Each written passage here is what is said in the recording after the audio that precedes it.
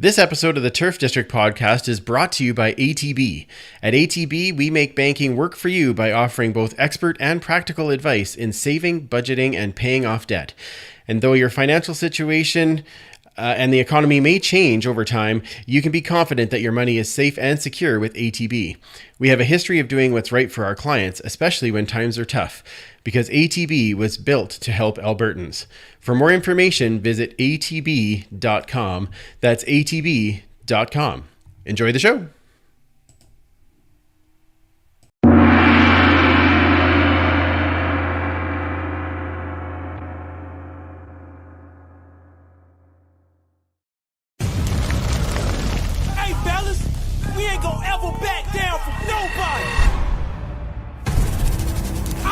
Who it is.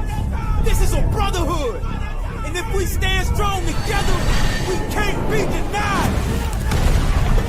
If one of us goes down, we have another, and another, and another that's ready to fight.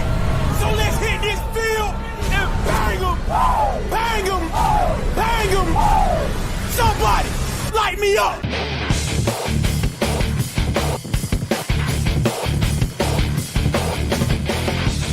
It's time to huddle up. It's the Turf District podcast.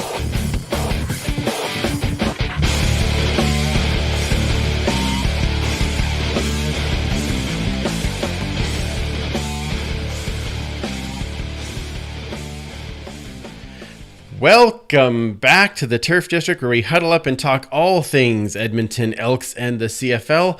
And we were a proud member of the Alberta Podcast Network, locally grown, community supported. And of course, we are a member of the Canadian Football Podcast Network as well.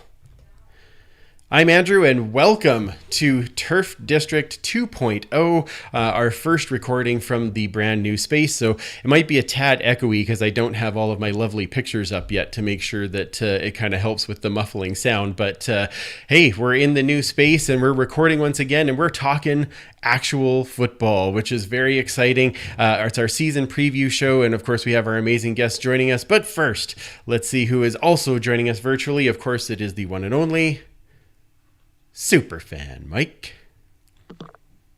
Lovely. Jazz horns? Jazz horns. Yep, fantastic. Jantlers. Jantlers. That's why not? Boy, you've been thinking up new ones every week. I know. TM. I am enjoying this. I loved jazz horns, but jantlers might actually be better. Exactly. I'll put out a poll after this, and we'll see who thinks what's the winner. What do we regularly call these? Dalton can have his jorts, I can have my jantlers. There's something inappropriate there. I'm just going to leave it alone. Okay. Perfect. Who else is here? Oh, joining us from places that are not her own, but one's still joining because she wants to talk to us about football. It's the one and only Commissioner Kayla. How are you, Commissioner? A wanderer. How are you? Well, so that's like every week. That doesn't really change. Who knows where I'll be next? That's what makes it fun. Arts unknown. Absolutely. So it's been kind of a fun weekend. I know that I got to hang out with the Strulays and the Spruels and kind of say hello. And Mike, you've got Supermom in town. So how was the long weekend for you all? It's been great. Like you said, had a time to visit with Supermom, so that's been great. It's been over a year now, so kind of nice to get those real hugs instead of doing the face-to-face chat over the phones. But yeah, it's been a great time visiting family, and had to go out to do a little shoe shopping with Jedi, but I'm sure they both managed. All right. Excellent. And Commissioner, you're just going to the mountains out of the blue. That's what you're doing. Why not? Yeah, that's good to try these things. Well, projects on a long weekend, and then you take a few days off to actually do the holidays, because I don't do long weekends usually. It's much too busy, especially August and July long weekends. Like, I don't like leaving my house. But yeah, it was actually quite busy coming to the south. So we just take the secondary highways. I hate Highway 2 with like a passion. It's getting crazier every single time I go on it. So I'm like, 2A will take like 40 extra minutes. I don't care. I'm not stressed out. Well, you know what our guests would say about that. You know how you calm yourself when you're driving on Highway 2? You listen to Billy Joel. And I'm sure that he's going to tell us all about that in mere moments, guys. It has been 21 months, 651 days since we have had football at Commonwealth, and it is about to happen this Saturday. And there's no better way to celebrate that than doing our annual season preview with our good friends, Dave and Morley. Now, hang on a second. This is odd. Why did that not all of a sudden? Let's do this. There they are. Yay! The magic of technology. The magic of pressing the right button. Hey, guys. Hey, how you doing? Doing awesome. I mean, even better now that we're talking to you guys. We're talking, and we're doing a season preview. We didn't get to do that last year, so having you guys here is a really good sign for me. I don't know about you guys, but it really makes me feel happy. Oh, it's awesome. I remember when we did the show last year, Morley and I. It was, I think, in May, and there was so much uncertainty. And I remember, Andrew, you asking me, what's your prediction on a season? I went, oh gosh, who knows? And it didn't happen, but it's just nice to be here. We know by Saturday, it's as Morley would say, it's time to what? Let's light this rocket. There you go. Let's get it going. Nice. What did you say? 651 days? Correct. In between games at Commonwealth. Like it's crazy, right? Yeah. So actually one of the fan questions we got, Morley, right on that point was new team name, new things going. We're still getting Light This Rocket though, right? You're not changing that. Oh yeah, that'll be back. Okay, good. Okay, good. I was a little worried for a minute. I've been one thing I've been trying to figure out, and I've been just going over in my head. I've got about 40 things written down. It's a touchdown call because obviously I have to change that. So yeah, it was pretty simple. So we'll see. Well, I don't know what's going to come out of my mouth when they score the first touchdown. We'll find out. We'll find out on Saturday. Hopefully, real early and often. That's the more important. Early and often would be great. Yeah, I want you to get lots of practice with it, Morley. That's really my concern. Is I want to make sure that they give you lots of opportunities to practice the touchdown call, so you're good at it. You're welcome. Here's hoping. Here's that's hoping. Right, yeah. And they had an offense that could score a lot of touchdowns this year, so I'm looking forward to it. You'll be good with that. How did it feel for you guys? We've talked about 21 months. We've talked about all these things. 3 weeks ago, you're walking into that stadium with guys on the field. How did that feel for you, Dave? Let's start with you this time. I had the shivers. I had just this amazing euphoric feeling. I'm on this field, or I'm in this stadium watching the sport I love again. And watching the guys go through warm up. I'm like, this is happening. Because we've talked about this for so long, and and to finally see it happen in front of you, it was amazing. And it's funny because we're entering the stadium from a different location. So we used to enter it more like on the south end. Mm-hmm. Now we're entering it from the north end. It's a view I haven't really seen very much, in my time doing the games. And it just looked gorgeous with the team on the field, with the field house in the background with the double E logo. It just looked gorgeous. And I'm like, I got to snap a couple pictures here. Yeah. And it was just fantastic. You just crave this day, the first time you're walking back into the stadium for a football related thing. And when it happened, it was unbelievable. It was just pure joy. Oh, that's fantastic. And I agree with you. I couldn't believe how that first walking in moment, you're just like, wow, I knew I missed it, but you really missed it when you walk in. Morley, what was it like for you? Yeah, same. It was pretty emotional. It was kind of neat to walk in, and it's a longer walk from where we go in now from where we park. So we kind of walk along the stadium in front of it, and then go in. And the whole time you're walking in, like, you don't know what you're going to see, right? You don't know what you're expecting. And as Dave said, it's a new angle for us. So, and I was okay. And then when I walked in, I saw guys in the field, and I thought, geez, haven't seen that in a long time. That's pretty cool. And that's kind of what I liked about it. And then we got to the room. We didn't watch training camp from our booth like we normally are, because that was tier 1, and like the players, they take naps up in the press box and they have meetings and stuff, and Brock Sunderland and his staff watch from up there. So it was tier 1. So we can't go in there until, I guess, till this coming week. And so we walked around to the other side, and I kind of came back to me when I was unpacking my briefcase, because I hadn't taken my binoculars out of my briefcase in about 651 days apparently, and so it was just kind of neat to get all the tools of my trade out and start to do stuff with it. It was neat, and then doing, like I just got the habit when I was doing hockey. I got the habit. As soon as you start watching practice, you write down lines, right? And I got in the habit of football. As soon as I start watching, I write down, everybody's position and where they are in the field, and I just started doing that right away. And it was like riding a bike. It was pretty cool. Oh, that's fantastic. Not that I'm surprised at all. I knew it would be very good for you guys just to get back in there, but it's an emotional thing, and I think a lot of people are going to have that on Saturday when they're in the stadium. I think for sure, because people couldn't come in to watch practices, right? Yeah. And so it's almost like baseball, where it's spring training and you don't get to see anything until they come for their home opener, right? And I think Saturday's going to be pretty emotional for a lot of people. I know I've seen on social media a lot of people just starting to really get jacked up and really get excited about it, because it's, I've been watching it for 3 weeks now, but for everybody else, when they get to the stadium, it's going to be something brand new for them, because it's, you can't remember the last time you're in there, really. Really? Was it a Saskatchewan game? Was it? I believe so. Yes. Yeah. Mid-October. Yep. And they lost, in, right? 19. Yeah, they lost. Yeah. Well, time to revamp all of that. We need to get on the winning side, and we need to get guys playing. That's the Didn't part. mean to drudge up some bad memories there. Yeah. Well, way to go, Morley. Jeez, bring you on the show and you talk about all this negative. No, I'm kidding. But let's talk about camp. You guys were our eyes on the field. Like you said, fans weren't able to go in. So before we get into like the specifics of cuts and kind of who's left and all that, compared to other camps that you guys have seen, how did you think this camp went, and how did you think about how it was run?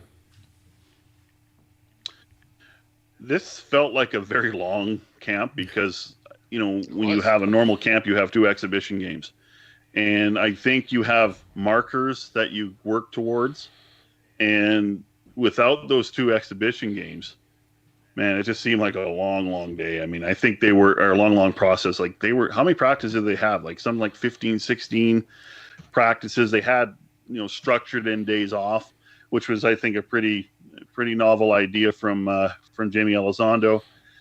It just felt like it was extremely long. But you know what I noticed too? And we know in camp, in a normal setting, and it kind of showed up here too. By day 3, 4, they're getting tired. They're getting worn out. They're mentally and physically drained. They can't stand each other. And honestly, we saw scuffles. Wasn't very many, but I never saw so many smiles after a training camp session from the guys. They were just so happy to be there. So you could just tell that they did not take this for granted. They were happy to be back, and you got to give them credit. They were extremely professional, because it's hard to go that length of time to play against yourself, and that and not have a different colored shirt to go smash. It's hard. But I was impressed with the professionalism of the group. Yeah, the thing that I noticed on day 1 is everybody was happy to be there, obviously, but the tempo was pretty quick, and I know that day came just a couple days after everyone in Saskatchewan ripped their Achilles. Yeah, and I think even Jamie Elizondo said the next day, he said I had to slow them down on day 2 because they were just going too hard and too fast, and everybody was just excited to be back, and I think that's. When was the last time a veteran was looking forward to training camp, right? And wishing they could play in preseason games, which didn't exist this year, and they never want to play in previous years, right? Or they only want to get a couple of series in and then sit down. So yeah, it was everyone was appreciative to be there, happy to be back, and looking forward to whatever lies ahead this year. And now you guys said, like, obviously the no preseason, but then they did have a scrimmage, and I'm curious two things about that. One was there guys in the scrimmage that you were like, wow, he jumped out in the scrimmage, but didn't in regular practice parts? And then the second part of that question is, what do you think it's going to be like when they actually are hitting guys? Because I'm assuming in the scrimmage they were, it was not full out tackling. More like it was a little tame physical wise for sure, for obvious reasons. But the guys that I really remember noticing in the scrimmage was receiver Ernest Edwards, who caught a touchdown and a couple other passes, and the running backs. All three of the running backs had big runs and looked like they were ready and really played well. And they had 3 interceptions. So, and like I asked Jamie Elizondo afterwards, I said, "Is that how does that make you feel? Because you got 3 interceptions, but you gave up 3 interceptions, right?" And he obviously gave the line which he's used a lot about switching hats. And when he goes in the defensive room, he'll praise him and be happy. When he goes in the offensive room, he's got to say, "We can't let this keep happening. We got to be better." So, but the defensive backfield, the running backs, and Ernest Edwards and Trevor Harris, the first series, I believe he went 1 for 4, and the second series he went 4 for 4. And after, I don't know if there was rust or what the case was, there might have been a couple of balls that should have been caught that weren't in the first series, but he was just precision-like in the second series, just ripping off receptions, one after another, and looked really good.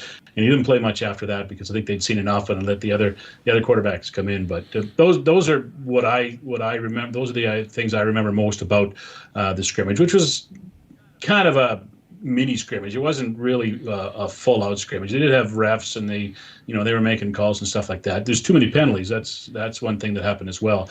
But it was good to watch. That's for sure. It was fun to watch because we hadn't seen anything like it for a long time. Anybody for you, Dave?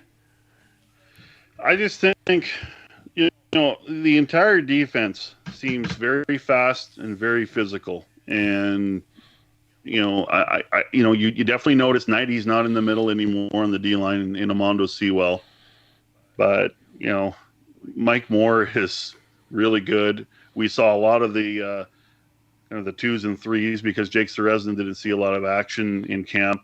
We saw Reggie Howard, we saw Andrew Ankra.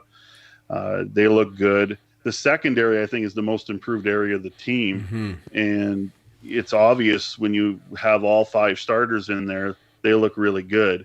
Even a Scott Hutter. I mean, Scott Hutter to me was a real standout in that defense, and he looked calm and composed back there at safety, which is you don't get from a lot of safeties. Sometimes they give up too much depth. Sometimes they're just they're over angling onto one side or the other. He was really steady. But you think about the Albert Smalls, the Darius Williams, those type of players. They stepped up and played very, very well, and Jordan Beaulieu had a pick 6 in that scrimmage, and then he got cut. Yeah, so that's tough too, right? He played really well, but then when it was all said and done, when you put in the whole body of work, he just wasn't good enough to make the team. So, that was a bit of a unfortunate happening too. But overall, I think Noel Thorpe, the defensive coordinator, is really, I think, showing off the versatility and the aggressiveness that he wants to see. And, when you have 2 linebackers in Niles Morgan and Keyshawn Barrera that just stood out from day one and were consistent all the way throughout, including that scrimmage. And it just shows you the job that those 2 did to impress the coaching staff. So this defense might be a lot of fun. Awesome. I don't know about you, Mike, but that makes me excited because always does. I'm like, defense, yay! I like that. I'm all good on a new linebacker. That makes it lots of fun. Sure, we'll talk about the old one soon. Oh yeah, we will. Yeah, we will. Dave Winchester had a question for you guys. Out of the entire camp, what was your biggest surprise and what was your biggest disappointment, if you had to pick between those two? Ooh, you go first, Marley. I was wondering if he's going to pass that off. That's pretty good. Disappointment for me would be the veterans who got released, and I guess that's part of the surprise too. You never Dave and I sometimes look at things differently because we like guys who are good interviews as well. Of course. We lost a couple of those through the cuts this year, but to me, I think it's always tough when veterans have to leave, and we saw 3 veterans leave during this training camp with Kenny Stafford, Vontae Diggs, and Sean Lemon. Although Lemon wasn't here in 2019, but everybody considers him a veteran. Obviously, he's a great. And Kevin Brown too. Yeah, and Kevin Brown too as well. Yes.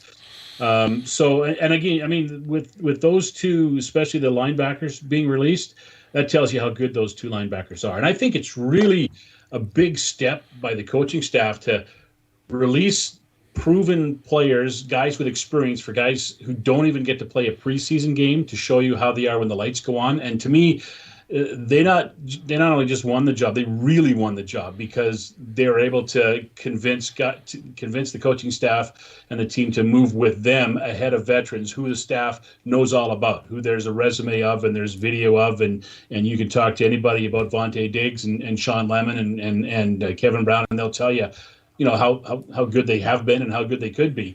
But those guys must have impressed so much that the coaching staff felt pretty confident in going with Morgan and Vieira over any other linebacker. So that kind of, to me, is the disappointment and the surprise, is how well those linebackers played coming in. The disappointment is losing guys, but the surprise is those guys look pretty good, and I think they'll be pretty exciting to watch.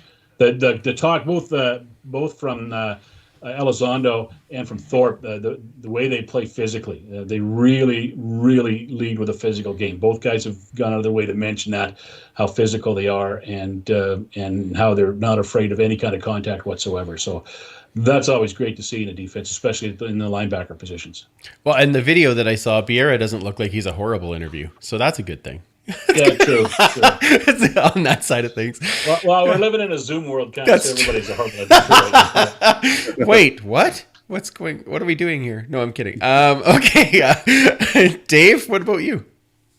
I think what surprised me is how well all 3 running backs played. In camp, and James Wilder Jr. I'll throw in there as well. I didn't know what James Wilder Jr. which version we would see, because there's 2 of them. There's the really good one, and there's the one that doesn't look interested, to be honest, and we've seen that. He looked really interested, and he is a powerful runner. You look at him, like this man is ripped, cut, shredded, just chiseled. It's amazing how in shape he is, and how physical, how fast he is, how smooth he is, and how good he is at catching the football out of the backfield, which I think is going to be an element that this running back core is going to be really strong at. And it goes down to Terry Williams. It goes down to Walter Fletcher. Here's the crazy thing. If all 3 are healthy, I think all 3 get on the roster, because I think Walter Fletcher can play special teams and not necessarily returning. So really? Now, I don't know how you get all 3 running backs the ball if they want to go that way, but you have it there. I mean, it's just amazing how, to me, they just look so good. This is the strength of the offense, in my opinion, right now, because we're seeing they have great receivers, they have a great quarterback. The timing, I think, was really it's a work in progress. I think we saw in the final week, where it's coming, but we might have to be a bit patient. The disappointing part is that their tackle situation is a little concerning, just because Sir Vincent Rogers, he had 3-4 practices and he was shut down for the rest of camp. Kyle Saxla didn't make it much farther than that. But, so we saw Steven Nielsen. We saw some other, young tackles come up, and they played pretty well. But now when we're playing for real on Saturday, I want to see how they hold up. So to me, that's the disappointing part, is they had an embarrassment of riches at tackle, and now it's a real big question mark. So, but, everyone has to have their first start at some point, and we're probably going to get at least 1, maybe 2 tackles get their first start in the CFL coming up on Saturday. You think about where they are at the offensive tackle spot now compared to where they were going into camp. They had a whole bunch of guys. Yeah. And Tommy Dringham retires. Derek Dennis, I don't know if we call it retiring or whatever he's doing. He's not playing. Then Colin Kelly gets hurt doing push-ups in his hotel room. And then Servi gets hurt, then Saxon gets hurt, and all of a sudden they go from, they had 5 pretty solid veterans fighting for 2 spots. Now they could have all their offensive tackles except for Renfrew.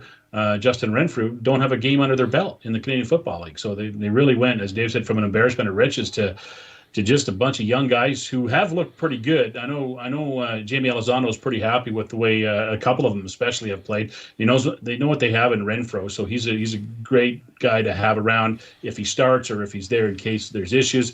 He's pretty dependable to have. I know DeAndre Wesley's had a pretty good camp too at that spot, and he might be a guy who could surprise people by getting a start on Saturday. Wow. Okay. Yeah, that is news because I know we've been trying to piece everything together, right? And it's that's if Sir Vincent and Saxon, of course, can't play, and we'll probably find out more about them tomorrow when the team goes back to work. Right. And I think the speaking of that, and Mike, I know that you're going to be excited about this too. So the new injury reports that have now been coming out. I'm excited. Oh my goodness! Like yeah, I agree. And it lessens my chances of getting yelled at by someone from the higher ups of the football team. I love it. So I love it. Good. I really, really like the way they do that. So yeah, the Elks should be putting out their first one tomorrow, I would assume. Yep. Yeah. So and yeah, it'll be tomorrow. Yeah, we'll get an Elks Red Blacks injury report. Yeah. Helps for betting, right? Oh, for sure. It's because of the betting that's coming in, the single game betting moving forward. So if the CFL's been notorious for hiding guys, right, and for not letting anyone know if they're hurt, and you don't see a guy, and how many times? Well, Mike O'Shea's said for 3 weeks that his running back is going to be fine, right, and Andrew Harris still hasn't practiced, right, but Mike DNP. Oh yeah, he'll be okay. He'll probably play. Yep. And coaches love to hide injuries, and Right. Why not? Because it helps them, right? They feel it helps them, so they're trying to hide injuries, but. For the greater good, they have to disclose a little bit more now than they have in years past. Yeah, not a bad thing at all. So, okay, I'm going to go through a couple of the notable cuts. Mike and Kayla, jump in if there's a name that you were like, hey, that one kind of made something or was important to me. I put Kinsey on there because I liked him over those first 2 days, but if the tiredness dropped in on day 3 and then he wasn't there very long, I guess Fletcher took that next step, which I had also said he looked like he was really good. Shakir Ryan, Kwabena Asare, then was signed with Calgary and then was released right away. Rodney Smith, or as we were saying, Rodney Smooth, who then went to the Argos, but then also got cut out of the Argos. Right. So then, of course, like you said, we lose co-host Kenny, Kevin Brown, names that I think we were all a little surprised to see pop up, especially in kind of the middle of camp. It wasn't like on a cut down day. It was just like all of a sudden this guy's gone. And I know with Kevin Brown, there was a thing about maybe he could pick up with another team, and he still could, absolutely. But I know I was surprised in the first couple days that he wasn't playing that middle spot, and but obviously Vieira had really kind of taken over the launching on that spot. Does that make sense, or is that kind of what you guys saw?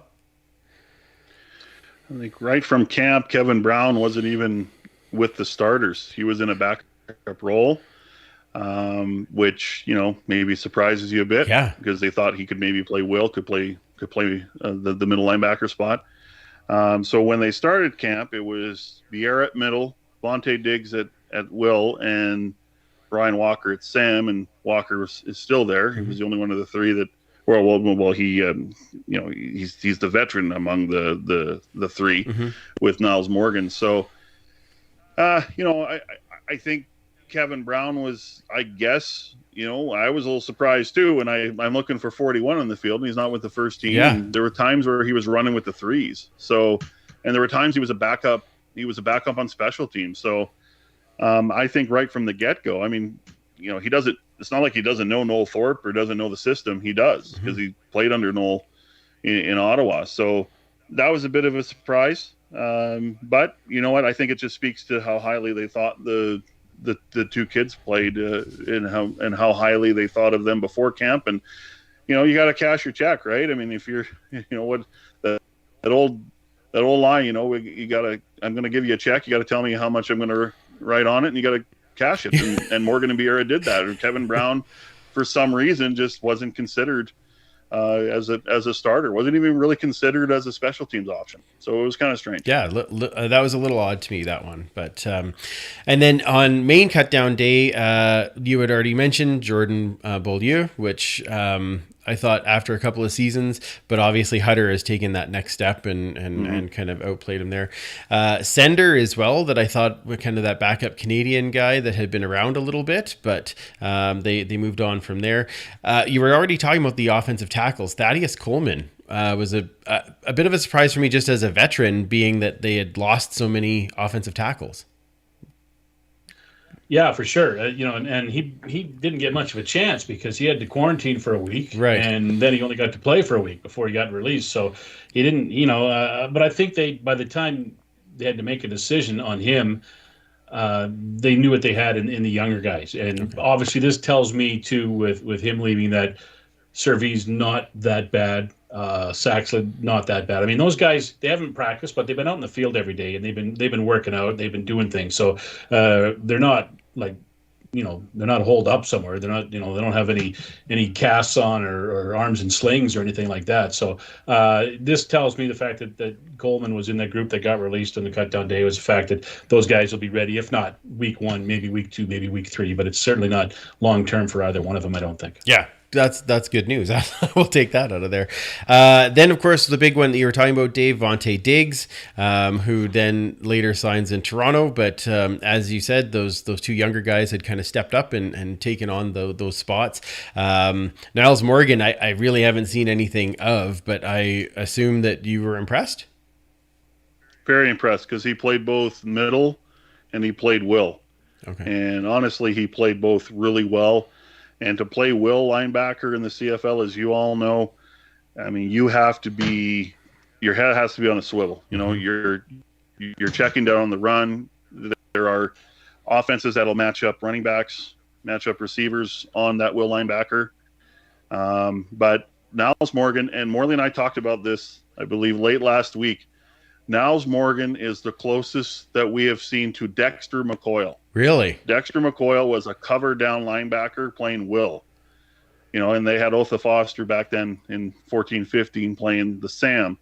But I think that's kind of the closest thing that we have seen out of a Dexter McCoyle mold is Niles Morgan. He's, like Keyshawn Barrera, he's thick. He's thick. He moves well. But Morgan is more slight, moves well, and is very physical too. But Morley and I were saying, my gosh, he looks like Dexter McCoyle. It's wow. Crazy. Yeah, he did play that way. He was impressive. That's the thing. It's pretty tough. You're having a good camp when there's 100 guys on the field, and your eyes drawn to him a lot because he's making plays. He's around the ball. He's doing things. You go, oh, look at that. That was 51 again. That was 51 again doing that. And I found myself being drawn to his number a lot because he was around the ball. Oh, fantastic. Well, again, thank you for that. That's what we want to hear. Not that I had any doubt, but still. Let's see. A couple other names then. Caleb Ham. I think that one just was notable to me just because I was kind of hoping that he would stick where his dad played. Like I really kind of lineage. Yeah. It was just when he posted that video of where his locker, when it was kind of right below his dad's head, I wanted that to happen. So that was a tough one. Sean Lemon, which from all accounts sounds like Matthew Betts has made another step and it started to push guys off. Christian Rector too. Okay, had a really good camp, especially when they moved him he started inside, they moved him to the outside later in camp, and he really impressed the coaching staff. I know that. So that's when you heard them talking about the other younger American defensive ends. That's the guy they're talking about in Christian Rector because they felt he got better as camp went along every day. Oh, Mike likes that because we all know what we do with the name Rector, right? I don't know what you're talking exactly. about. I'm also gonna go away with we did lose some great names that could have stuck for great jokes long term. I mean, Justin Cates, come on, like we just had to have that guy on. He should have been on the PR just for his name. Like, come on, and Nick Pickett, because I mean, who doesn't want a DB with the name Pickett? Come on. Be amazing. So a couple guys onto the PR that I want to talk about. Diego Villamontes, super fan. I know that you've really been more connected with Diego over the last bit. So I'm excited that he's there. I kind of was hoping to be more active, but at least he's on the PR. Yeah, I mean, obviously not having gone to camp, I didn't get a chance to see him, but then the videos I saw, it looked like he was playing quite well. We have 5 globals still on the roster, 3 on the PR because of the new practice roster rules. You can have 10 players on there and then 3 globals on top of that, but we have 2 globals on the active roster right now, so that's interesting to me. One of them offensive linemen, right? Nielsen. Yep. Yeah. And he could start too, which I don't think we're still waiting for the first global player to start a game, right? Okay. Right. We thought we had it in Diego in Regina at the end of the year last year, but it never happened. And I guess it depends on what happens in the first couple of games this year. But he could be, if he starts, he could be the first one to start. Oh, that'd be kind of wild. Okay, and who's the other global that we still have on the team? I did. Thibaut Dubai. Oh, right. Yes, right. Defensive line. Yes, that's right. And that's the other interior lineman that played really well. Beside Mike Moore, he got a couple of days with the first team defense on the D line, and he was noticeable as well. So, in a year or I guess a year and a half or so of it's hard to scout. All you have is film. You can't be there in person. It's hard to talk to people one-on-one. Brock Sunderland and his team did a great job of bringing some good young talent in, and the globals. The global draft was significant for me because I think the talent pool was better. I think the scouting was better. And you look at all 4 picks by the Elks and a lot of picks by a lot of teams, they're playing Division I NCAA, which shows you anyone who says this is a joke, well, scour the rosters if you have time. And it takes a while because there's 128 Division I NCAA schools, but look how many international talent is on the rosters. It's starting to really take hold. Steve Nielsen went to an NFL camp already. Like he's already been to an NFL camp before he's come to the Elks camp in the CFL. So he's a good prospect. There's no doubt about it. And to get elevated, to get a lot of the first team reps during training camp, he's a good player. Oh, that's fantastic. Awesome. Now, other guys on the PR you had mentioned in the scrimmage, wide receiver Ernest Edwards, who had turned ahead a little bit in that scrimmage. Gangarosa, who was one of our picks. Now they're kind of back up in the offensive lineman national role. And same thing with Elaine Pay, who I didn't hear much about during camp. And he hit the PR, and I'm assuming because they are looking at things with Kwaku and bets and kind of where they're at, that's kind of another insurance policy. Yeah, that's depth. That's clearly depth because, Cole Nelson is still on active right now. We don't know where he's going to end up injured list or if he'll go to the PR perhaps. But yeah, I think because you have 2 starting Canadian defensive ends, I think you got to have a little bit of protection and depth in behind them just in case something happens injury wise. Although if we end up having 8 or 9 starting Canadians, you can replace them with an American. That is true. Yeah. And another thing significant too is on active, they could only have 3 American receivers. I think Mike, you and I talked about that. We were messaging about that. And so, but I would imagine that's because they could have 2 to 3 running backs on the roster, and that's how they would solve it. And they would have an extra Canadian receiver. So yeah, but it's, it's always an interesting game to play is the scenarios that could happen ratio wise. Another reason why they only have 3 Americans on the roster receivers is because the Canadian receivers were so good at training camp. I mean, awesome. Jones has got speed to burn. He's a proven guy in the Canadian football league. Shai Ross is just coming along with leaps and bounds. I'm really looking forward to watching him play this year. And we don't know about Tavon Smith, who got back into practice on the weekend, but very limited. We don't know if he's going to be ready to go full bore or not come tomorrow when they go back to practice. But when he does, then they all of a sudden get a decision to make, right? And I don't know how that's going to fall. So we'll see. But the 3 Canadian receivers that are on the roster all have a chance to start. They're all had really good camps when they were on the field. Smith was hurt a lot, but I think he showed us in 2019 what he can do, and I think they're expecting big things from him once he gets healthy. Oh, and I predicted him to have a massive season, and I already put him in my fantasy lineup, so I hope that he is okay. So I might be changing that, obviously, but still. Watch the injury No, it's so great we have them. It's going to be fantastic. I'm not going to be last minute panicking in the hour before the game. That always makes me, although I'll probably still be doing that, but still.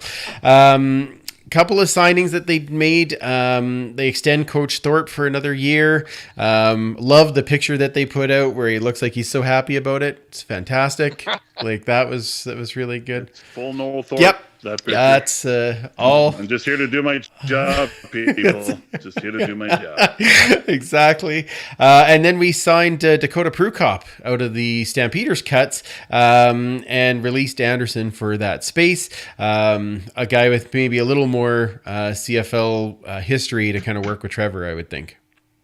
Yeah, 41 games in the league, so he's got experience. He hasn't played a lot in those 41 games, but he knows the drill. He knows how it works. He knows how a film room works, how a quarterback room works. He knows players. He knows defenses. So yeah. Then behind Trevor, they don't have a lot of depth, right? Yeah. As far as experience goes, they like what they have, but they don't have a lot of experience there. So I think it's a pretty important signing in the just in case department. Now, And everything I've heard about Dakota Prukop, he is a high class individual, and he's going to be like what Logan Kilgore was to Trevor Harris in 2019, just someone that can come in, like Morley said, and see what Trevor sees, or if he sees something that Trevor doesn't, can be that kind of extra eyes.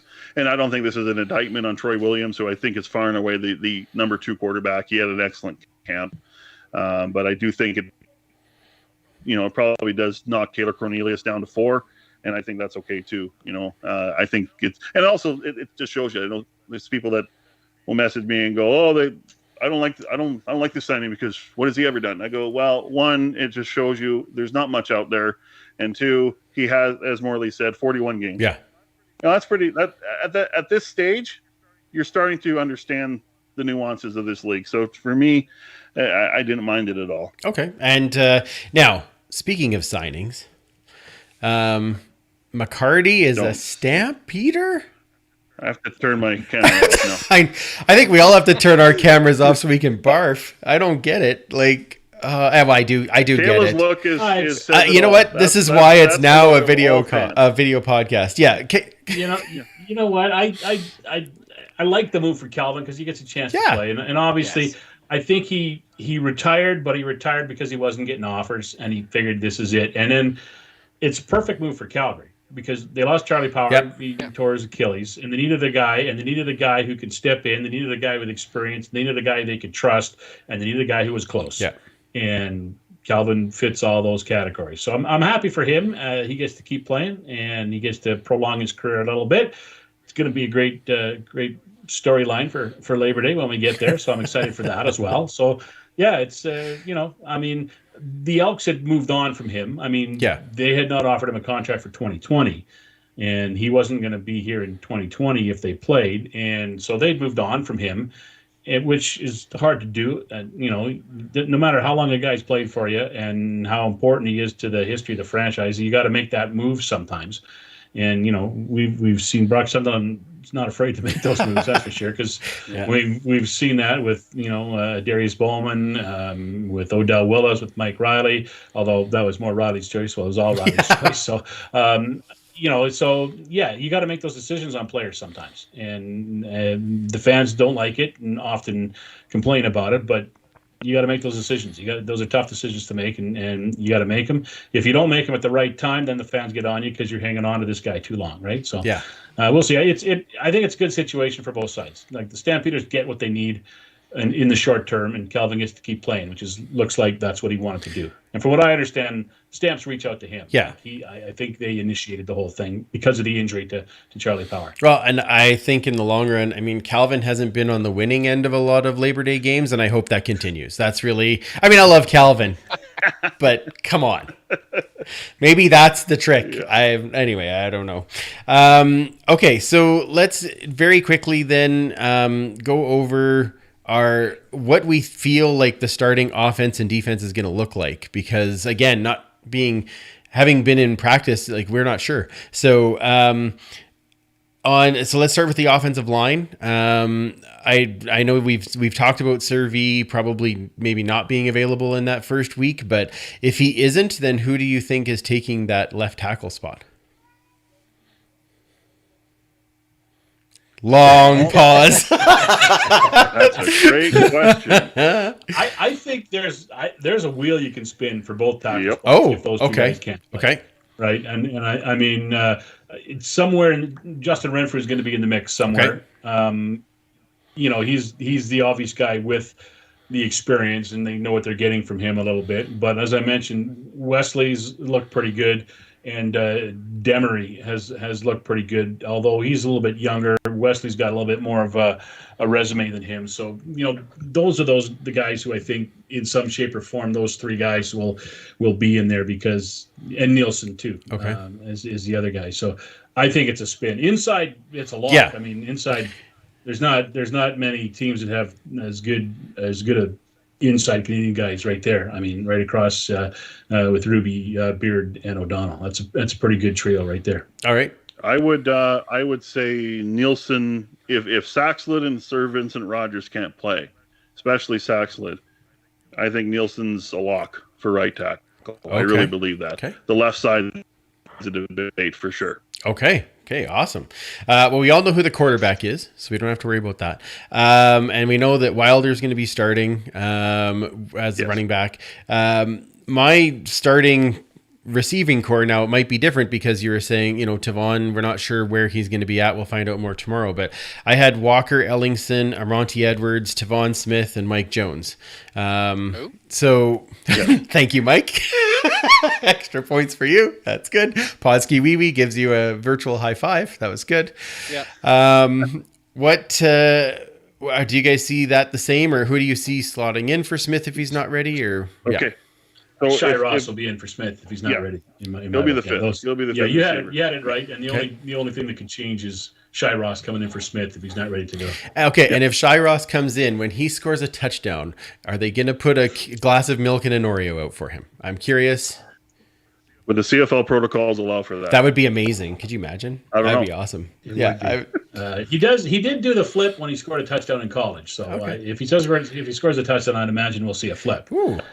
Yeah. But I don't know if there'll be a cookie and milk in Maybe just the motion. It'll be there like it was kind of there, but not. Yeah, exactly. The dunk. Nice. What would you guys say is then the keys to success on this offense? Protect him, Trevor. Just give him time. He doesn't need a lot of time. If you give him the time, I mean, with the weapons he's got, if he gets 3 or 4 seconds to work on every snap, he'll be deadly. I mean, I was talking to Mike Jones this week or last week, and he was just talking about the ball that Trevor Harris throws. It's always on target. It's always where you need it. It's always when you need it. And it's because he gets the time. And I think if he gets the time from the O-line, he'll make plays with these guys because he's got a lot of game breakers, a lot of really good weapons on offense this year. Greg Ellingson and Darrell Walker working together. I mean, you can only double team one of them, right? Yep. So that means one of them's got a single team, and that means one of them's going to get free probably. So I think sky's the limit for this offense. I'm really excited to see it work. Okay, awesome. And you guys talked about the defense. What I'll run through what I have, and you tell me where I'm making a mistake. I've got Kwaku, Serezna, Moore, and Betts on the defensive line starting. Mm-hmm. I agree with that. Yeah. That's amazing to have 2 Canadian starting DNs.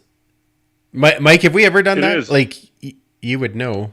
I mean, way back. Yeah. Okay. But it's been a long time. Yeah, that'd be just super crazy. Then we have Biera, Morgan, and Walker at linebacker, which we already talked about.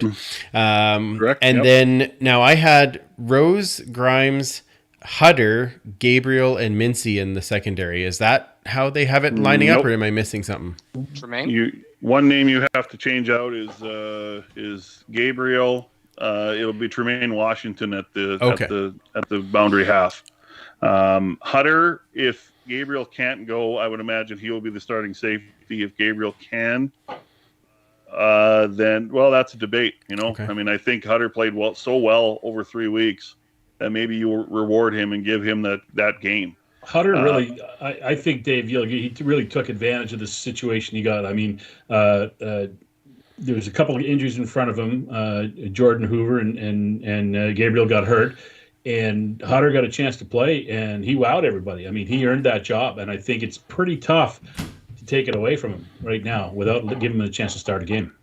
Wow. Okay, that's fantastic. So Would we say then on this, I know, Dave, you were already saying the defense looks amazing, but would you say other than the question marks as far as rookies playing in linebacker positions, is that really the most questionable part of this defense then? Well, I would think so because, you know, you look at the quarterback they're going to face in week one. It's Matt Nichols, who's a veteran. Mm-hmm. You have Paul Appolise, who's a veteran play caller, in addition to being the head coach. Then the next week, you got Kahari Jones coming to town, and you have the Montreal Alouettes led by Vernon Adams, two dynamic offensive minds, and Vernon Adams is a great player. So it'll be a test, right? Because you know, we'll see how Barrera can handle the checks. Mm-hmm. Because when you're a middle linebacker, you're the one getting the call from Noel Thorpe. You have to relay it. You have to understand what you're seeing. You have to line everyone up. And that's the same thing with Scott Hutter. He's got to do the same thing back there because he's the last line of defense as a safety. He sees everything. And for Niles Morgan, he's got to understand, you know, where his depth is when he's dropping. He's got to understand, you know, where the extra man is going as well. And, you know, it's hard when you're on that outside linebacker spot because you're not just, you know, a linebacker, you're a cover linebacker too. Yep. You know, because you got what they call the nickel, which is the built-in defensive back at the Sam spot. That's Brian Walker. Then you have the dime, which is the outside linebacker at the will spot. So you basically have seven defensive backs in the field. Then you have your middle linebacker. But what Niles Morgan has to understand is when he's a true linebacker and when he's a cover linebacker. Okay. That's the biggest test for him. So that's what I'm looking forward to see. Can Barrera understand what the call is? Can he get it out quickly enough? Can he get everyone lined up? Hutter the same. And then can Morgan understand what he is in a certain play? Wow. Okay. That sounds amazing to me.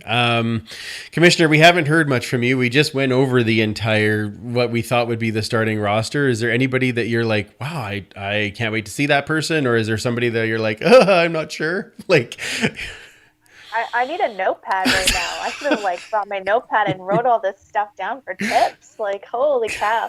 There's a bunch of names that I don't really quite recognize yet. What was I can't even remember. Not Boulay.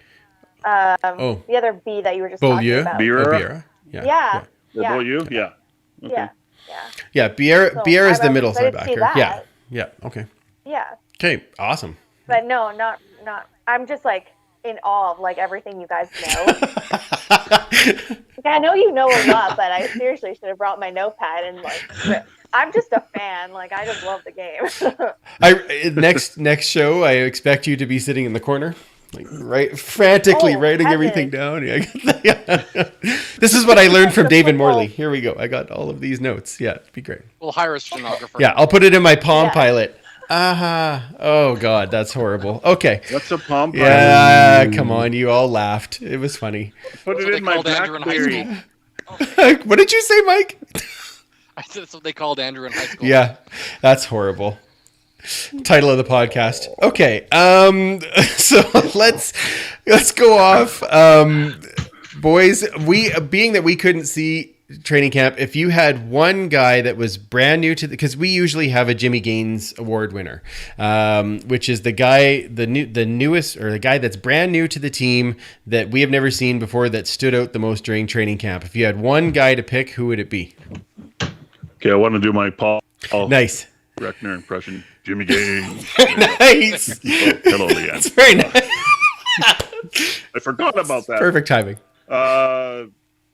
My pick would be, oh boy, there's so many.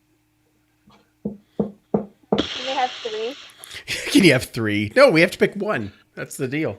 Gold, silver, and bronze. Yeah. In honor of the Olympics. Well, Dave's thinking I'm saying James Wilder Jr. I just enjoyed watching him play so much, and I'm so excited to see him play. And he's a breath of fresh air. He seems like he's having a lot of fun. Guys around him are having fun. I love how he's engaging with the community on social media. He just seems to be a guy that people gravitate to a little bit. And he looked good in the scrimmage. He's looked good through the practices. So he's the guy I'm picking. Okay, Dave. Got one yet, Dave? You want me to pick another one? Wow. That was a really good pick. Like, I'm just way to go, Morley. Way to go, partner. That's great. You're in mid-season form. You took the big pie out of the oven there, buddy. Nice. All right, right on. Can he get all the catchphrases into one thing? Okay. Yeah, neat, eh? Honestly, I gotta say it is Niles Morgan. Okay. I mean, to rep at two spots and to knock off the reigning most outstanding rookie for your team. Mm-hmm. Here's the thing. Okay, I'm gonna be like Brian Hall and go on a tangent quickly. I'll try and come back as quick as I can. Here's the thing: when you're a starter in this league, if the backup is about here or maybe just a bit above you as a starter, you are in danger of getting cut because it is easier and it's also cost effective to pick the backup who is just as good or better than the starter. Wally Buono did it all the time and was labeled a jerk sometimes for doing it, but that's just the way it works. If you're as the backup just on the same level or just a bit higher than as the veteran, you are in danger of getting cut. And I think that's what happened with Vontae Diggs. That's what happened with Sean Lemon. That's what happened with Kevin Brown. But I got to give it to Niles Morgan. He repped at middle linebacker and at will linebacker, and he won a job. Fantastic. That is awesome. Now, we did have some fan questions that I'll just get to quickly here. Jay was asking, who is your pick from camp that you believe will really make an identity for himself in the organization? Not just this season, but seasons to come.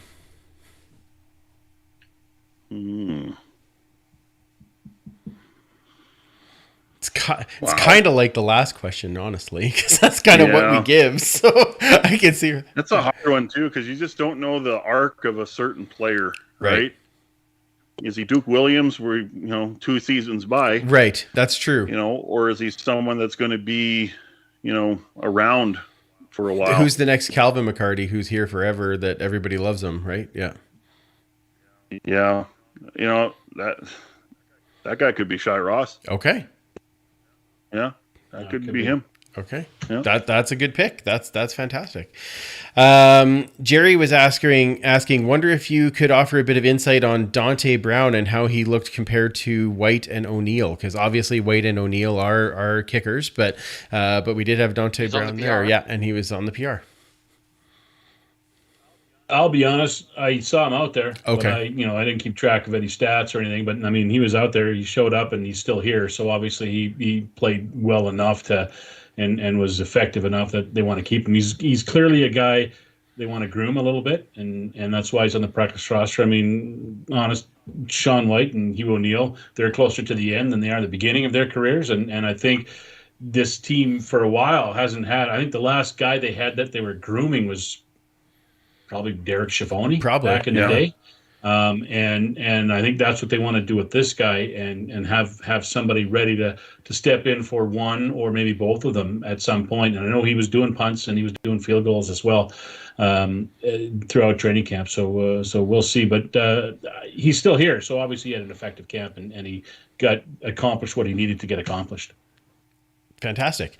Okay. And then one other question. Now I had this one for you, is that the team looks amazing on paper. Like you talked about the offense and how exciting it looks and how it could just, explode and have a ton of things.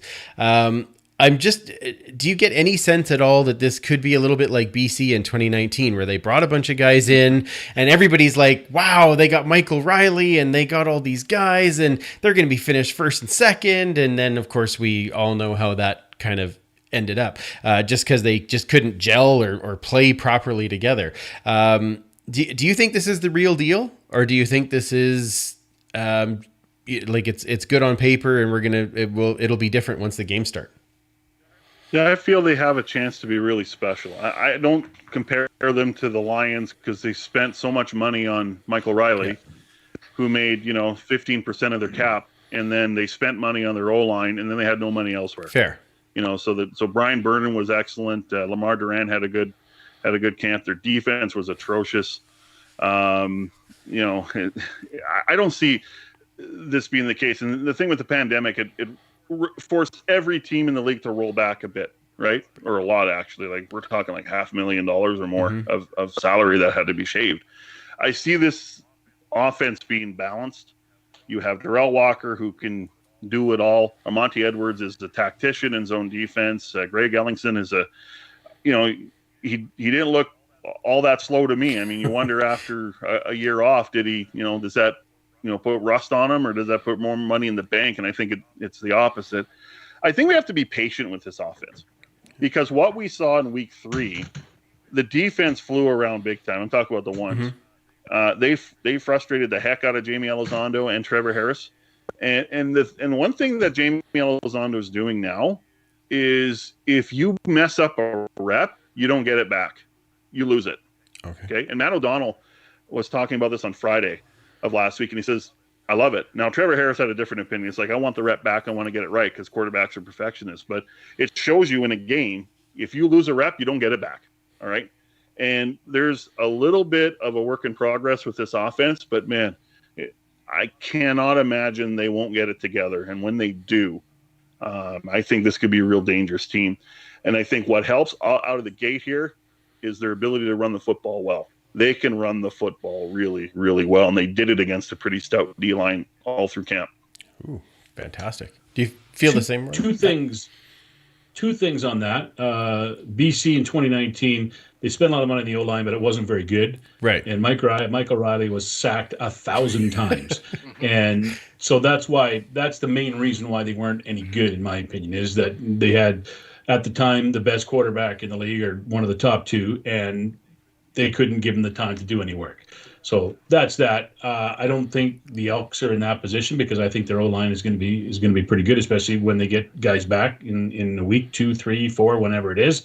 The second thing is, as the wise old man said, they play the game on the field, not on paper, right? So They do look good on paper, but you got to transfer it to the field, and that's going to be the difficult part. But they do look really good on paper, for sure, especially the offense. The defense obviously has some question marks at the linebacker spot, because we don't know how those guys are going to play when the lights come on. But, I mean, solid D-line, a lot of good veteran presence in the defensive backfield. Questions about the linebacking core, but the offense looks pretty solid. I mean, you got top quality players at every position, at receiver, running back, quarterback, on the O-line. You got top quality guys right across the board on offense. So I think you can expect, and the offense, I think offenses are going to take a little bit longer to get going. It's always the case.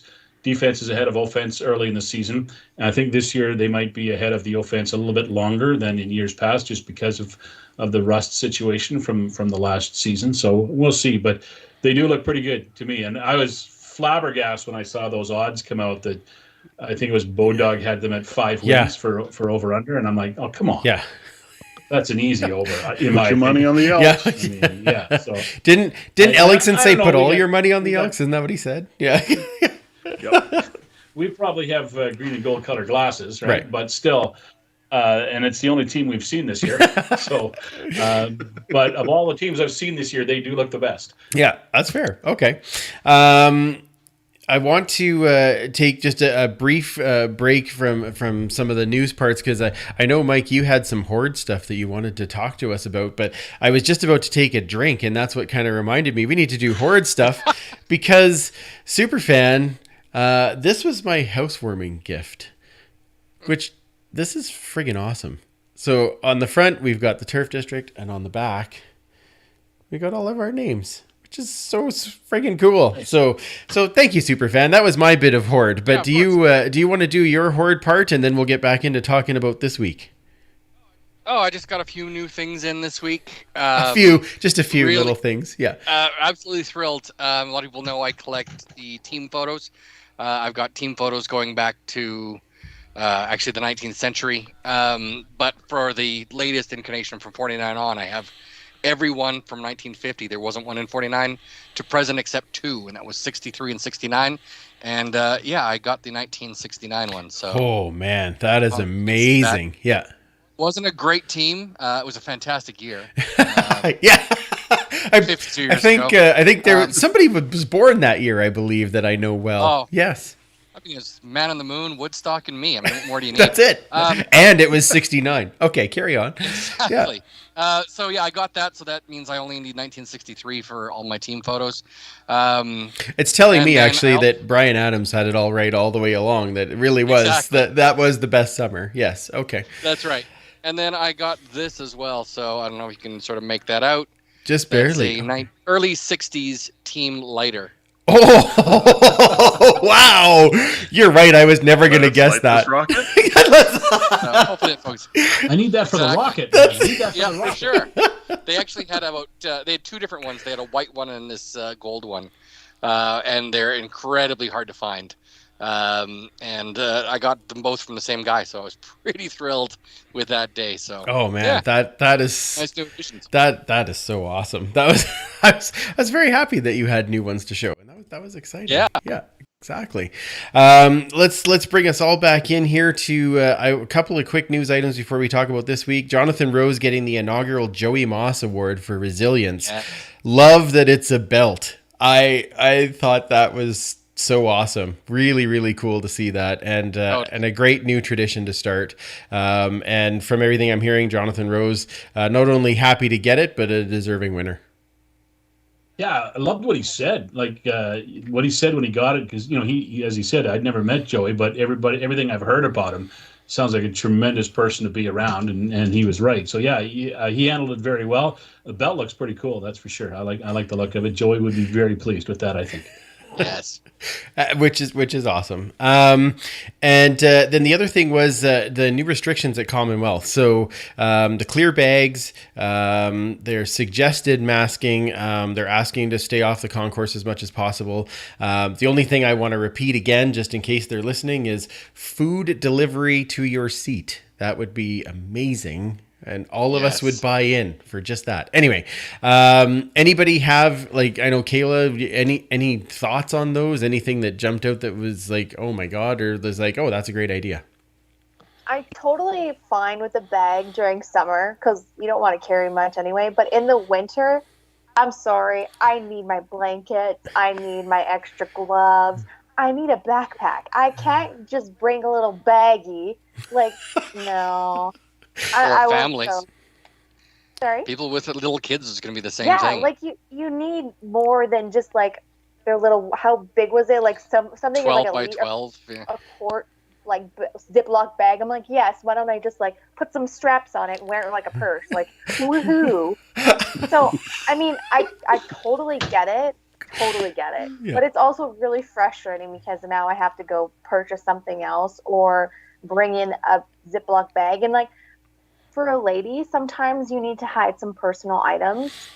So that's a little bit of a... Like a flask? Just saying. Let's see how the season's going before we say that for sure. Yeah, that's There's iced tea in it. What are you talking about? yeah, exactly. It's Long Island, but it's still iced tea. Like, well, I don't know it's wonderful. Yeah. So just hoping they reconsider it, like when it gets cooler out, and yeah, like Mike said with families and stuff. Like, I mean, like I said, I get where they're coming from, but in the grand scheme of things, it doesn't make a lot of sense, especially when it starts to cool down. And I mean, people go, well, you could just carry it. Well, yeah, you can, but when you have kids, you only have so many hands.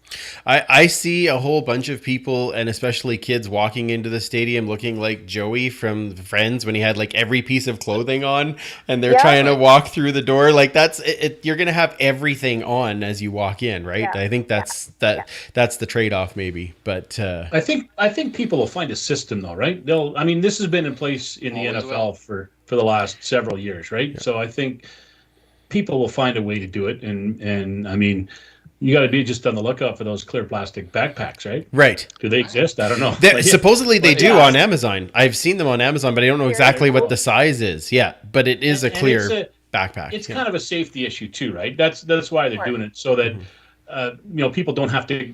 Nobody wants anybody touching anything of yours in this day and age, right? So now they don't have to go through your bag and move things and put their hands in it or reach in with the drumsticks and stuff like that, right? So it's a safety issue, and it's the world we live in now, and I don't think it's not going to change. So we just got to find a way. To be honest, they never really check my bags anyway. Well, now they can look right through. Looked inside, they're like, good to go. Good to go.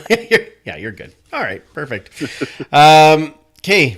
Leanne had a fan question. Dave, Morley, who's going to be the first to drop a tear as you start the call? Me.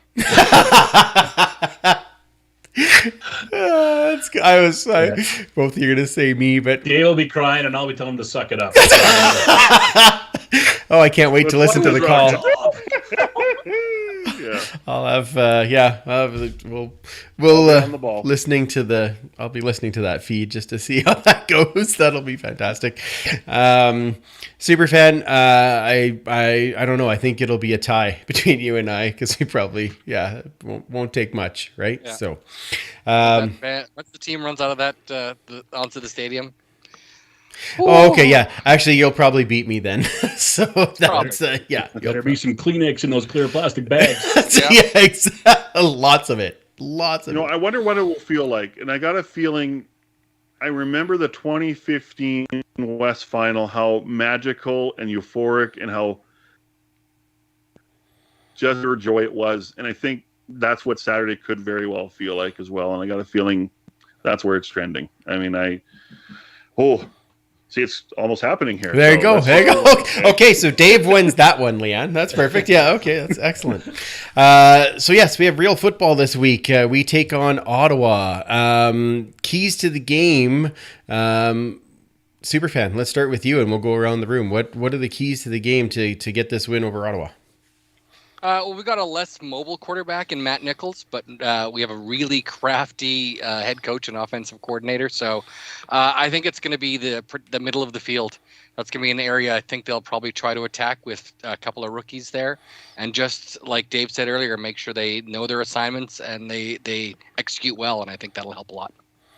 Okay. Dave, I'm just going to go around as I see you on the YouTubes here. Look at all these blank pages I have here right now. I don't know. I have no idea. Oh, that might be the first time that having the actually a video podcast was awesome as a guest, because it's always good for Kayla, but that's great. Yeah. Damn it, I have to clean that up. No. Yeah, I got anyway, that. And my kids are in bed. I can't make them do it. Okay.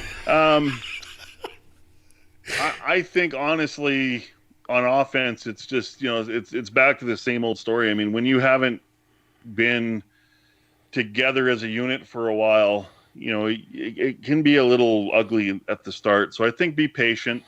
I think the most important thing is don't turn the ball over. Manage the penalty situation well, like the pre-snap penalties, the penalties after the whistle. Just let's kind of manage all that. And I think we're just going to have to be a bit patient with this offense. But if they can just kind of weather the storm of their rust and just, play efficiently enough in the first half, especially that, they don't make too many mistakes, I think, by the time they get to that second half, we could see some really good things. Awesome. Morley? My favorite key to the game, to me, is it doesn't matter how you play. If you can do one thing, you can keep it close. Not necessarily win, but keep it close. Even if you play poorly for the most part everywhere else, just win the battle on the line of scrimmage both ways. If your offensive line can protect and your defensive line can get to the quarterback, you're going to be in the game. Plain and simple. So. Fair. A week out. That's what I'm going to go with for that's fair. Yeah. When they still have to make several roster moves, I'm going to go with that. Okay. A week out. That's fair. That's fair. It's hard again. Like Dave's. I mean, we haven't seen anything for 651 days. So who the heck knows? Here's the thing too. Like when you're preparing for the Red Blacks, you basically have to look at old Winnipeg Blue Bomber film and old Edmonton film. Right. For defense. Yeah. You can't look at Ottawa from 2019. It's not all that relevant anymore. That's fair. Now, is it fair to say, though, because of the the number of retirements, the way that their roster has kind of come together as it is at this moment in Ottawa, it might be kind of nice that we get them first, because I don't know how organized they're going to be as well. Like, I think their defense will be good.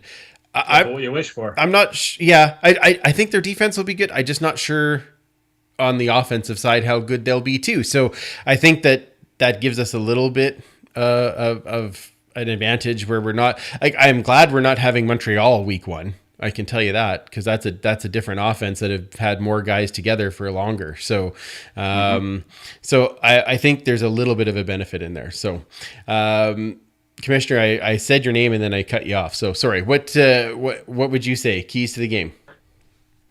Like me, shake off that rust. Yeah. Do you think they should all bring notepads? I got one. Excellent. I Perfect. fished one out. Okay, Yeah, good. I would Okay. make a note. Okay, good. I feel better now. Like, kind of like going off of what Dave said, is I think just building shaking off that rust, being patient, and really building that confidence, more so focusing on your end of the side, not so much, again, what Morley said with the W, but focus on what you're doing as a team. Try to be cohesive, come together as a unit, shake off that rust, and, have those high expectations and just try to meet them, but also doing it together as a team and building that trust between, the offense and the defense and special teams and the coaches. Like, everywhere, you got to shake off the rust, and you just got to build that confidence and play together as a team. And whether that happens in the first, second, third, fourth quarter of the whole game, just make sure it happens somewhere in that game, hopefully, progressively and not, going the other way. But yeah, that would be just play the game and play together and see what you got. Fantastic. All right. Well, I'll let you all have a moment to prep for your pick'ems, because we haven't done pick'ems in forever, and I'm so excited to do pick'ems for a week, even though we don't know anything what's going to happen. It's like the greatest fun pick'em to make. While you guys get prepared for that, I will do this. This episode is also brought to you by Park Power, your friendly local utilities provider in Alberta. They offer internet, electricity, and natural gas with low rates, awesome service, and profit sharing with local charities. Park Power is owned by Chris Kozowski, who has a growing and well-deserved reputation for being a guy who cares. If you're in the Edmonton area, you may have seen him around town in his signature bow tie, supporting local causes and boosting local businesses. He walks that talk with his business. It's why Park Power shares its profits with local charities. As a new customer, you can choose a community partner to receive 10% of the proceeds from your electricity bill, like the CKUA radio network. Visit parkpower.ca/CKUA to find out more. All right, so let's get back and we get to do some pick'ems. Oh, exciting. So exciting. So first game, Thursday night, Grey Cup rematch, Hamilton versus Winnipeg. It's in Winnipeg. We will start, I'm going to go the opposite way this time. So Commissioner, I get to start with you. Who do you got in that game? I'm so pumped to say this again. Okay. Corey Mazzoli. I'm going Hamilton. Okay. Perfect. Awesome. Morley, who you got? Hamilton. Okay. Any specific reason? Other than Holy Mazzoli? No. Andrew Harris isn't playing. For one thing, Darvin Adams might not be playing. And I think that Jeremiah Mazzoli is pretty ready to go. And he'll be looking to cement the decision that was made to start him. And I just think Hamilton will be a pretty good team this year. Awesome. Dave, who you got? I'm going with the continuity, and that's with the Hamilton Tiger Cats. All right. Super fan Mike? Yeah, no Harris, no win this week, so I'm going Hamilton. Perfect. I went Hamilton as well, so a sweep right across the board there. All right. Next one, BC versus Saskatchewan. This one in the land of the rectangle. Morley, who do you got?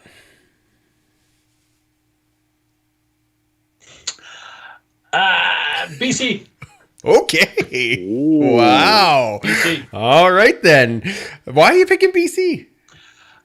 Michael Riley. All right. That's a good reason. I think he wants to erase 2019, and I think he will.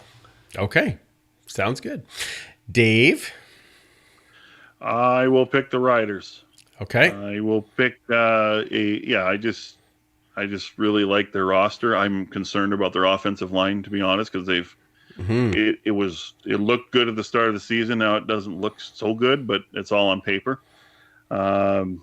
Michael Riley also ended up on the injury report with the elbow and limited, but I think we know Michael enough that he's going to, baby an injury as much as possible and rest, and he'll be ready to go. But I'll pick the home field advantage and go with the Riders. All right, Superfan. Oh yeah, I'm definitely, as much as I hate to do it, going with the rectangle. With Riley injured, they're saying that it's sort of day to day, but they're going to underplay that, I think. That O-line also has to adjust as well to keep him upright, and if it's anything like it was in 2019, he's going to be picking pellets out of his face mask for a while. So. All right. Yeah. Perfect. I'm also picking the Riders solely because it's at home and the energy of that crowd is going to be nuts. Yeah. And they are saying it's sold out. How many people are actually at the game, I guess we will see, but I think that there is some energy there for that home team. Commissioner? Oh yeah, the Pills is winning. Oh, okay. That's a great way to find disappointment in your own pick. That's good. Toronto versus Calgary. This one happening down in Cowtown. Dave, you get the first pick on this one. Toronto's a very interesting team. Absolutely. I think they got a lot of veteran talent. Oh man, Calgary. You just look at them and you go, yeah, they're missing some punch, I feel like, but it's Calgary. Yeah. But, I'm going to pick the upset, and I'm going to go the Argos. Ooh, fancy. All right. Super fan. I'm going to go with Calgary. I'm not entirely sold on Dinwiddie yet. I mean, he hasn't really shown anything as a head coach. It's his first time. So I don't know if it's going to gel yet. I think they're going to get better as the season goes on, but right off the start, I got to sadly go with Calgary. Yeah, I think it's going to be interesting because there's so many Calgary guys on that Toronto team that are going to want to prove a point that I almost picked Toronto, but I think it's going to be like that last minute field goal or something, and I'm going to give it to Calgary just to at home starting out. That's kind of my only reasoning for it. Commissioner? I'm going with Dave on this one. I'm going for the upset. Ooh. I'm going with Argos. And mainly right. because I always pick Calgary last time to win, and I feel like I should just do the opposite this year. Throw a wrench in the mix. I'll probably be wrong, but I'm going for the Argos. Commissioner opposite. It's going to be awesome from picking this year. Try it. Yeah. Might as well try it. I mean, they're not playing us, so whatever. That's right. Who the heck knows? Morley, who you got in that one? I got to start picking some home teams, I think. So I'm going to go with Calgary on this one. They're Calgary, right? So, yeah. And Toronto's still Toronto. I'm not sold. You can take all those players and make all that amount of changes and have success out of the gate. They may be successful later, but I think it's going to be tough to mold that team moving in the early weeks anyway. This could be the worst game of the week too. Like this could be the old NFL 9-6 game. Like this could be a dog's breakfast. It really could. I just have that feeling. The best part is though, could be the worst game of the week. And the only good part of that is that it's going to be the game right before ours, and then ours is going to be amazing. So it'll be like, watch this dud, and then watch how great this one is. Yeah, I'm trying to be very positive. It's good. Now we need a prop bet for the Elks game because, of course, we never pick against the Elks. Why would we? And this week, really, why wouldn't we? But I was going to ask you, Mike, if you would pick the prop bet this week because you never got a chance in the past years. We usually just throw it to our guest, but I've got one. Okay, how many carries out of the running back position? How many carries out of the running back for the entire game? For the entire game. Like, are they going to give him a lot of carries? Okay, so let me put the over under then at, let's see. Why don't we put the over under at 18? Like 18 and a half? Yeah, 18 and a half.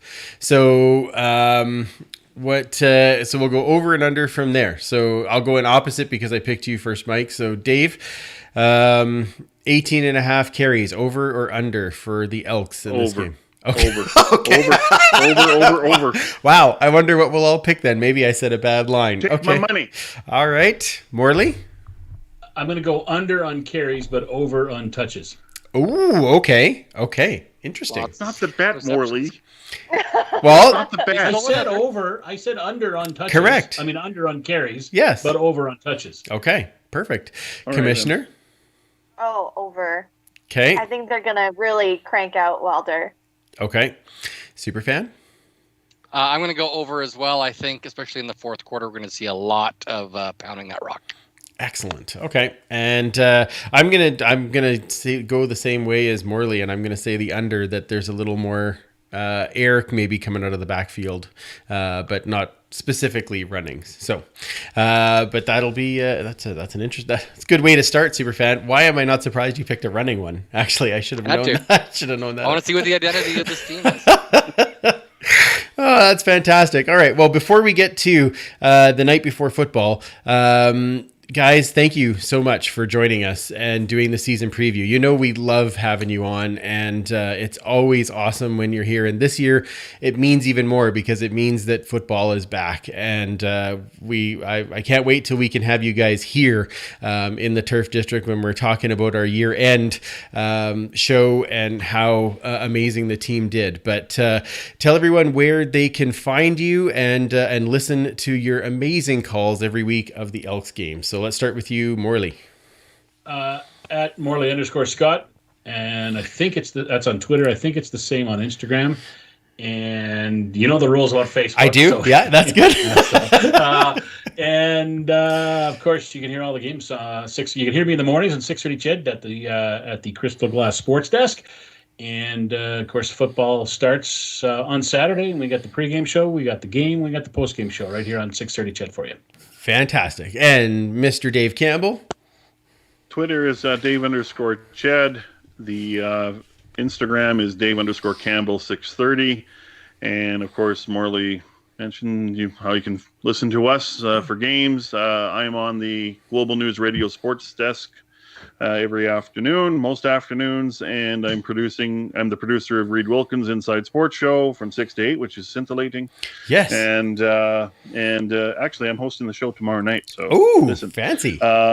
Yeah. So there you go. That's how you can listen to us. So. Awesome. Thank you so much, guys. That was fantastic. Superfan, where does everybody find you? They can find me at 56 Parkies. That's pretty much on all the social media channels. And then the history segment is the at EDM History. That's HISTOREE. Awesome. And Commissioner? You can find me on Twitter at Duchess Lombardi.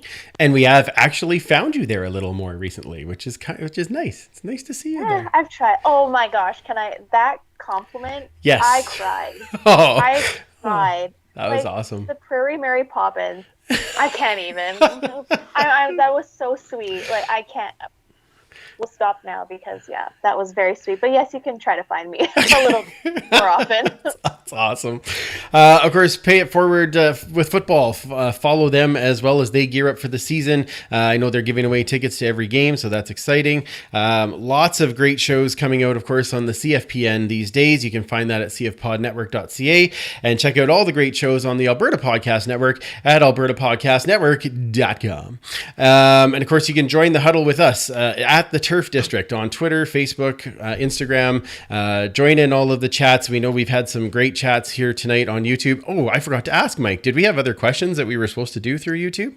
Yeah, we've got quite a few. Oh, good Lord. We've had a lot of people watching. So okay. Do you guys have a couple of moments that we can go through a couple more questions? Oh, we do now. Okay. Well, I don't know why I missed that. Usually I have it right. Did I mention that I do mornings? Yeah, I know. Okay. I'll go through quick. Okay. Yeah, so Leanne did say that the new Turf District does look fabulous. Oh, thank you. Appreciate that. Absolutely. What do we got down here? Leanne, of course, says, hi, Dave, and she was thrilled with the shout-out. Bill wants to know how long Dave's had his own Turf District, because that looks pretty swank back there. Since about May of 2020. Nice. So my wife and my brother-in-law and myself, we hustled to get this room done because this is where I work out of in the afternoons and do all my sports casts and do all my everything down here. So yeah, so it's a nice, inviting environment. It is. It's beautiful. It's very nice. Smitty was Thank you. asking, do we know about ticket sales for the first game? Is it close to being like some big numbers or what? I haven't actually heard. I haven't heard any numbers. I know I was told that it was we had Chris Preston on Friday, and he said it's going well. It had when it went on sale, it had a really good jump to it. Then it kind of leveled off a little bit. Then it started to pick up again as they got near the end of training camp. So hopefully we'll get a big crowd on Saturday. I imagine Edmonton's a walk-up town, right? And with the weather we're having this week, hopefully it holds. And I saw some rain in the forecast for Saturday, but hopefully not, and it'll hold, and we'll get a good walk-up crowd. 35,000 T-shirts for everyone who attends. So I think they're hoping there's 5,000 disappointed people who go to the game. Amen. Awesome. Are all gates going to be open? Does anybody know? As far as I I would know, think yes. so. I think the only rule was try to go to the gate that's closest to your seat. Yes. Right? Yeah. And the one thing I've heard too is if you take an LRT, go really early because the LRT is under capacity and it's not running as often as it normally is, especially for the first two games. So if you're going on the LRT, go much earlier than you would normally go, so you don't miss it. And they're apparently going to have a nice ceremony at the start of the game too, honoring the past and the future and kind of passing the torch, from what I understand. So you want to be there. You want to be there for that. Yep. Absolutely. Absolutely. Jerry Cooper is super excited for the running game. Me too, Jerry. AC Willard 88 is asking, will Terry Williams finally be the returner the team has been searching for the last number of years? He's good. Absolutely. I mean, he's already had a touchdown at Commonwealth or two, so. I can't believe how quick he is and shifty he is in space. I mean, I've seen it in the game, but just to see him a little bit more, and it's only a practice situation, but when the ball's in his hands and there's open field, he is dynamic. He hits the gas pedal pretty quick. We had that touchdown right before halftime in the Grey Cup in 2018, so let's have more of those. What do we got here? Coach Vic's asking, do we think Calvin will still be with the Stamps at the end of the season? I would say yes. Yeah. Probably. Yeah. With an Achilles, I can't imagine that we're going to see anyone returning. So just people saying that it's almost like a league of expansion teams, again, from Coach Vic. This is kind of all on paper because we haven't seen anyone play in a year and a half, almost. Absolutely. So. Yeah. Let's see.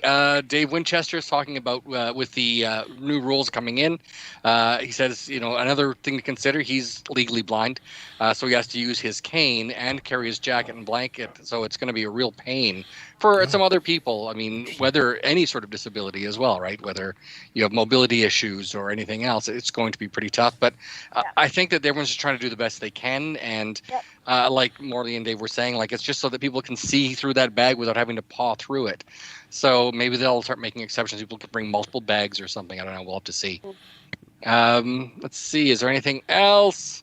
Just Coach Vic again. Have a great season calling the games of the greatest team in the CFL. It is time. Wow. Fantastic. It is light this rocket time, isn't it? Sorry, Morley. It is. Trademark for you. I know. 25 cents headed 25 cents in the bucket. Yeah, Thank absolutely. There you go. I will make sure that. We'll throw it through the window. All right. Thanks, Mike. Sorry, I missed. You're going to have to stop me the next time and be like, hey, we still got stuff on here. Right. Yeah. Okay. That's good. Thank you to everyone who joined in and asked questions. And sorry we got those in so late. I'll be better about it next time. All right. So now it is time for the tradition to continue. Everyone pull up your rocking chairs near your fireplace as I get the fancy. Oh, look at that. The Mike's got his lighter. That's outstanding. That's good. So I am going to be, kind of reading this. So hopefully it'll look a little bit funny, but here we go. It's our honor tradition ever since we started the podcast that the week that the CFL starts is we read 'Twas the Night Before Football. And this was, as much as it was hard to know who was going to win the games this week, it was hard to write this year because so many different changes and we'd have no idea where the teams are going to be. But we'll have a little bit of fun with this. So here we go.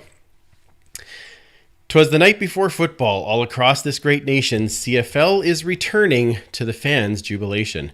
Fans come in all sizes, some young and some old, and they all wear their colors, green, red, black, or gold. They've been waiting since 19, saying, are we starting yet?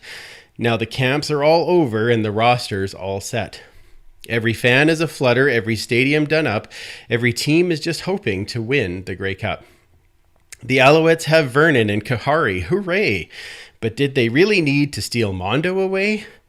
Sinopoly retires, La Police era begins. New jerseys may be better than managing wins.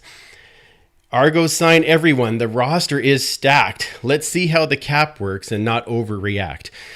The cup in their backyard, the Ticats are primed. Breaking the curse now would be perfectly timed. 29 years in the making, Bombers have hopes of repeating. Can they win again without somebody cheating? All right, yeah, let's pause for effect. Okay, year 2 for Cody. Can he do the same? Or will injuries slowly drive the province insane? Stamps have reloaded. Huff finds guys, he's clever. McCarty a stampeder, greatest heel turn ever? Can the Campbell Lions get out of the Sacks vicious cycle? For them to succeed, they must protect Michael. Finally to Edmonton, some players the same. We have rookie linebackers and a fancy new name. The offense looks explosive, the return of D. Walker. Lots of T-Sniper passing would not be a shocker. Kwaku will sack J. Rose with the picks, and let's not forget about Money White's kicks. Each team starts out even, each team has a chance. Each D to prevent, each O to advance. The season goes quick, let's all try to remember. The effort starts now, so you play in December. So it's time, hurry quick, grab a drink and a snack. Time for CFL football. Baby football is back. That's a tough one to get through, actually. A little emotional. Nicely done. Nicely done. Thanks, guys. That was great. So for Morley and Dave and Superfan and Commissioner, I'm Andrew. Remember, you can't catch footballs with your face, and we will absolutely talk to you next week. Maybe I'll remember how to hit the outro here. Here we go. There we go. Bye.